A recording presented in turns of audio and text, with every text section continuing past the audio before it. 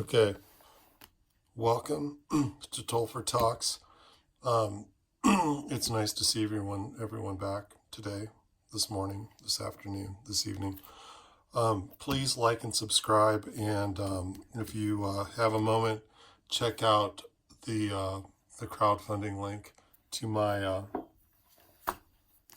project I'm working on, Winterland, the comic book. Okay, so today I thought we'd talk about bone. I am like one of those guys that managed to, make it this long without ever really getting into bone or reading. I definitely hadn't read the entire saga, and I had some time over Christmas break, and I was able to, pick up a copy of the complete epic here in one volume, which is pretty wild. This is crazy. Can you imagine printing something like this? So I had a few copies of my own laying around. This is issue, I think 55. Which is the last issue of Bone. So I bought an issue here or there. I just couldn't, I don't know, I couldn't get into it. It wasn't my thing. It's black and white, which, if you know anything about my comic, I love black and white. But to me, a black and white comic book was, something like this. This was a black and white comic book. This is, who was this? John Bolton, I think. Doing Cult. Yeah. That was my idea of a black and white comic book. Or, these Marvel magazines. Here's Marshall Rogers. But, this kind of black and white was more like, this is a comic strip. This is something you'd see in the newspaper. And I'm not saying that was right, just at the time. It was hard for me to really, give Bone my all. Plus, first of all, I better say I did enjoy it, and I recommend everyone reading it. These are, some pages I thought we could look at. It's very cool. It's very cool. And I've been listening to podcasts with Jeff Smith, and man, he's a cool guy. He seems pretty cool.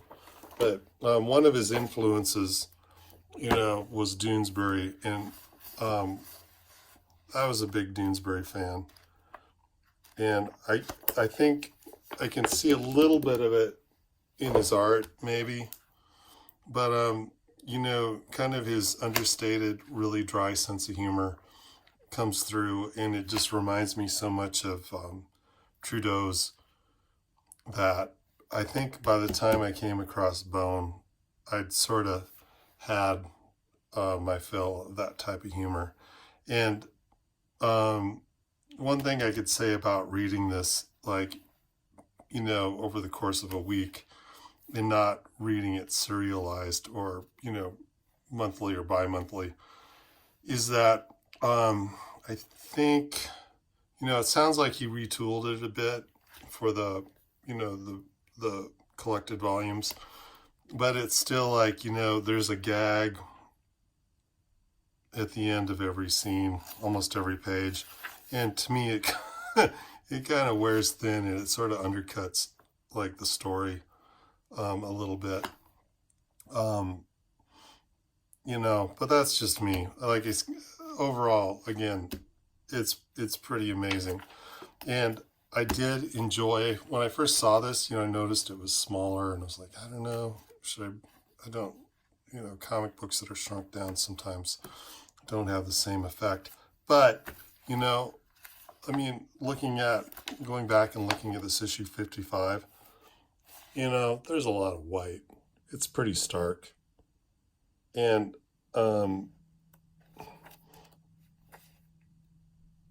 somehow, I think, the images almost benefit from being shrunk down to maybe like more of a, the size you'd see a Sunday newspaper comic printed, a little bit bigger than the daily strips. I think it works. I think it's good. I really, yeah, I really enjoyed this. The story, you know, it's pretty, a lot of standard fantasy stuff going on. But, you know, I guess what separates it from your typical sword and sorcery type book or story would be, you know, the characters are a lot of fun. You know, Phone Bone and his cousins are, you know, they definitely have like personalities, and they're, you know, they're the kind of guys that, you know, you can either identify with, or you can pick out people you know and say, yeah, man, that Phony Bone, he's just like this guy I know. Um, so, man, I mean, the writing and everything is great. And as far as the art, you know, I don't know if they're complaints exactly, but my critique of the art is, you know, it really works and it's good. And for me, as a independent creator now, I guess I can call myself that, um, you know, it was just good to see exactly how much you can do with a real economy of line, you know, without putting a lot of ink down. Because it sure is easy to overwork a panel or a page and then find out 6 months later you didn't really need it. So I picked out a few pages in particular that I thought were cool, or that I just thought, you know, I mean, he gets a lot packed in there with some pretty simple lines. This is an interior. I'm finding I'm having a hard time with interiors. I spent a lot of time, figures and interiors. He gets a lot of information in here. He sets the scene. He's got a fireplace. Thorn is coming down the stairs. You know, it's a really nice establishing shot, I think. And I found all through the book a lot of really great shots like that. And most of the, you know, the tabs, probably, maybe I won't go through all of these, but, you know, they're in the back of the book, and it's not that, I mean, I think the art definitely did improve from the beginning to the end of the book, but towards the end, I think, is where, you know, the epic battles are happening, and there's these panoramas, and, you know, you kind of look at his style and kind of wonder, geez, how in the heck is this guy going to be drawing epic panoramic battles? But I mean, you know, it works. It works really well. It's very cool. I mean, I picked this panel out because, you know, there's a lot of, there's more ink work, some sort of hatching, some, you know, or patterning anyway. And it just seems like, I think I might have got into the book earlier or back in the day if there was more of this stuff. It's really cool. It seems like he really, you know, if he wanted to render these panels further, you know, not that he doesn't necessarily have to, but, you know, this is a really cool panel. Nice page in my mind. But let's see. I have no idea. Oh wait, I bet it was this. This is the side. Ah, yeah.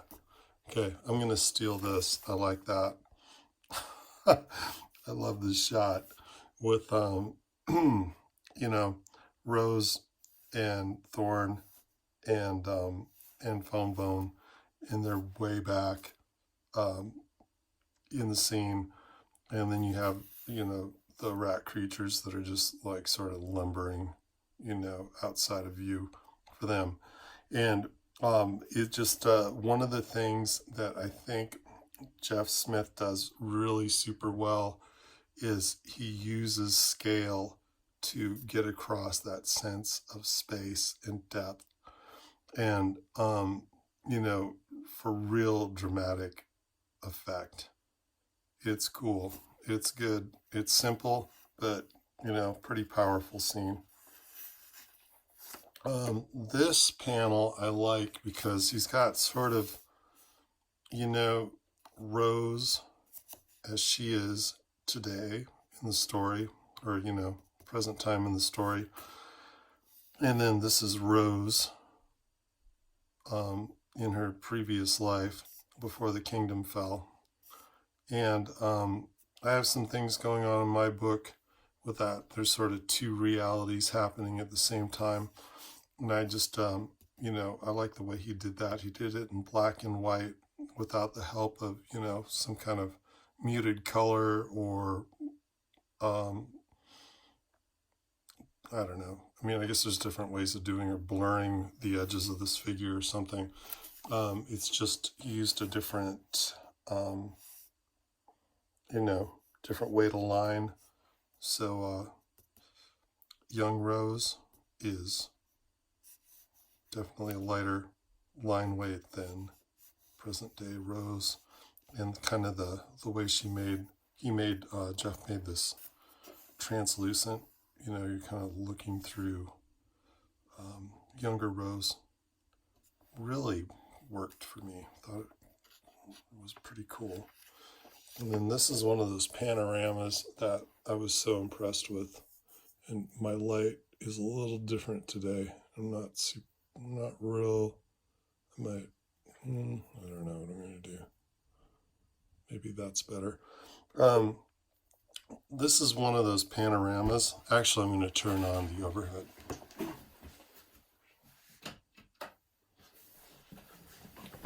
Okay, I think that'll work. This is one of those panoramic views that I was thinking really is pretty powerful and really sets the scene. And he does it with, not a massive amount of detail. You have a kind of a foreground. And I suppose this is a middle ground, but man, it's a really deep middle ground. Or maybe these branches work as a foreground, middle ground, background. I guess there's different ways you could interpret it. But, yeah, I think it's really great. And it's helpful, I think, as an artist to see what you can get away with so little. If you're just smart. Why did I like this? I'm not entirely sure. That's a nice splash page. Again, he's setting the scene in a nice way. And another double page spread.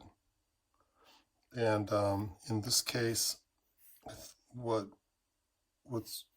the, I think the technique that he uses to great effect, maybe not the technique, but maybe the element of art would be overlapping.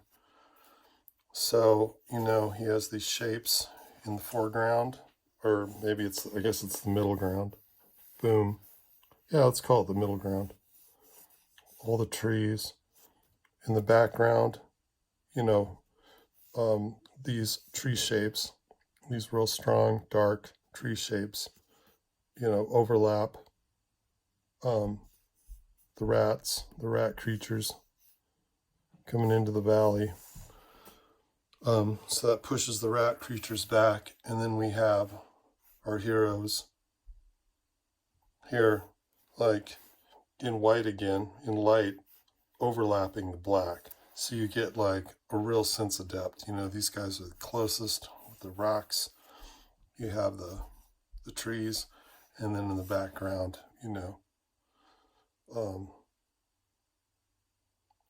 the valley, and you see what's happening. And so you get some nice depth. And then, I don't know, if you look at it long enough, there's kind of this push-pull, because without the value, it's kind of like, if this was colored, I can imagine that being pushed way back, and then these guys brought out.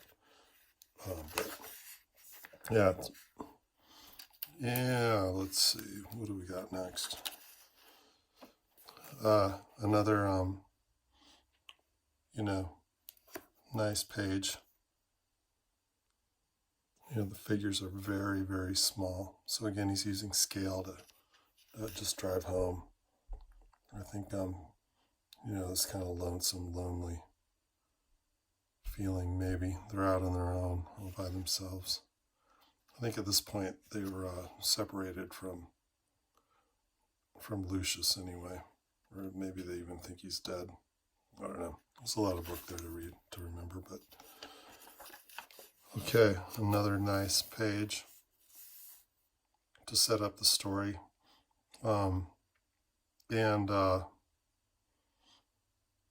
Yeah, I really like almost all of the opening pages have, you know, like a splash page, basically a full page, and then these panels inserted. Also something, if I wasn't so close to being done with my comic, I probably would have adopted earlier. I think I do it a little bit. There's a couple pages, but not as a rule. I think it's real nice. Okay, and again here, you get a real sense of space. I think on the, you know, it starts on the other page. But, you know, he takes these overlapping sort of sandy desert type hill shapes. You know, this one takes up, what, like a third of the panel. You go back, you get a similar shape, much smaller, smaller, smaller. And, you know, it's pretty believable. You know, I really get a feeling of space, and I really get a feeling that, man, lots of sky.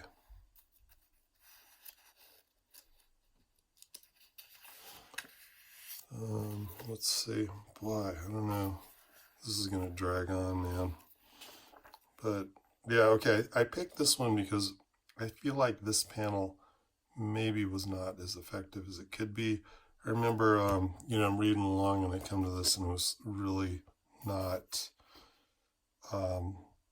the moment I think it was meant to be. I feel like this fire creature kind of gets lost. You know, it needed some contrast with the background, all that white. This is maybe a place where a third tone, you know, you have the black, the white, and then maybe, you know, a gray of some kind would have really helped. But I don't know, still not a horrible page. Some more of those panels on top of a splash page. I like that. What do we have here? Oh, I like the way he uses, you know, point of view. I like the bird's eye view. Actually, that might have been what was going on back there with the panel I wasn't sure about. Was kind of more of a bird's eye view in figures, but it really adds to the drama. And it really gives you a sense. I mean, he really does. I mean, these guys,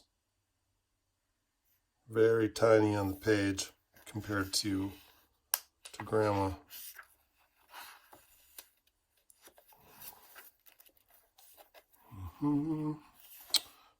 Yeah, okay. This panel, again, man, Jeff's style is very, very cartoony, but that's one of the evilest, you know, nastiest cartoon type villains I may have ever encountered. Pretty fun. And what do we have here? Yeah, and then here she meets her end. It's actually Rose's sister. Ooh, spoiler. Sorry, guys. I'm guessing most everybody's seen this or read this. I'm like the only person. No, I'm sure there's other people who haven't read it. Yeah, again, just more good stuff. You know, he's got a 2-page spread, panels over the top. Works really well. And I think, I'm not sure, this is, I'm getting close to where the last issue starts. I'm not sure if this is some kind of like second printing or something, but it says number 55, so I think this is it. But Let's see. Yeah. So, I mean, this is where apparently, I mean, where issue 55 starts up. So, there was no title page, no bone at the top of the first page, no establishing shot. So I'm not sure. I don't know if that's typical or what, but let's see what we have. Oh yeah.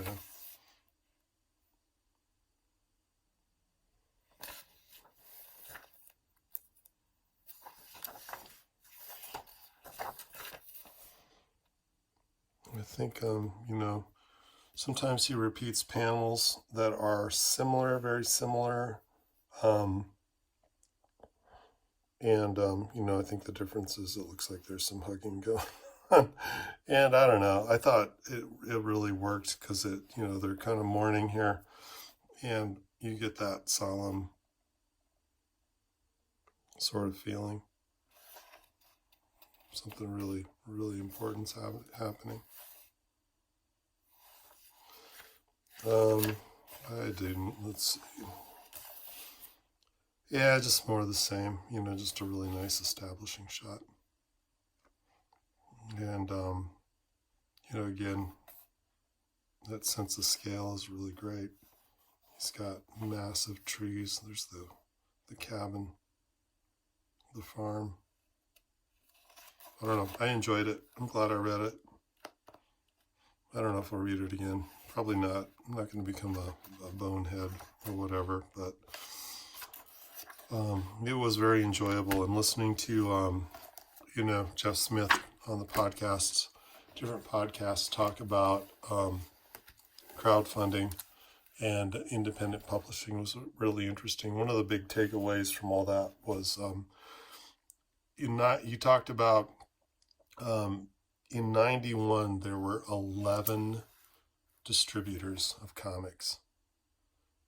Today there's one, Diamond, and that if you were an independent publisher back in the day, back in 91, he was talking about how if you couldn't, if one publisher didn't or one distributor didn't want you, there's a really good chance you're gonna, if your book's worth its salt at all, one of the other 10 will take you on.